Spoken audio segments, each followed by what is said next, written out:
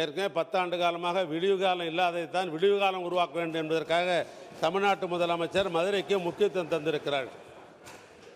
ஏன்னா நம்முடைய அன்பு சகோதரர் நம்முடைய செல்லூர் ராஜு அவர்கள் அமைச்சராக இருந்தவர், நகரப்பகுதியை சார்ந்தவர்.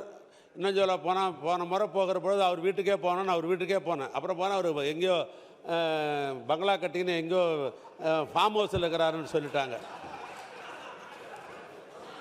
ஏன்னா அந்த கோரிப்பேரம் பாளையத்தை பொறுத்தளவுக்கு எனக்கு வீட்டுக்கு போகிறது வர்றதுக்கு சங்கடமாக இருக்குதுன்னு என்கிட்ட தொலைபேசியில் சொன்னார். ஒரு அமைச்சராக இருந்தவராச்சே, சங்கடப்படக்கூடாது, அது போகிறதுக்கு என்ன வழி பண்ணலான்றதுக்கு நான் போனேன். காலை நேரத்தில் வாக்கிங் டைம்லேயே நானும் நம்முடைய மூர்த்தி அமைச்சரும் தளபதி 3 பேரும் தான் போனோம். அங்கே போய் பார்த்துட்டு வந்தோம். இப்போ இந்த பாலம் என்பது நீண்ட நாள் 100 ஆண்டு காலமாக கேட்டது. அங்கே பல பிரச்சனைகள். அழகரங்கிறது ஆற்றுல இறங்குற பொழுது மண்டகப்படி இருக்கிறது, அங்கே பாலம் கட்ட முடியாது என்று ஒரு பகுதி. இன்னொன்று நாம் வணக்கத்திற்குரிய நம்ம வணங்குகிற தேவர் திருமகனுடைய சிலை ஒரு பகுதி, அதுக்கு ஒரு குழு.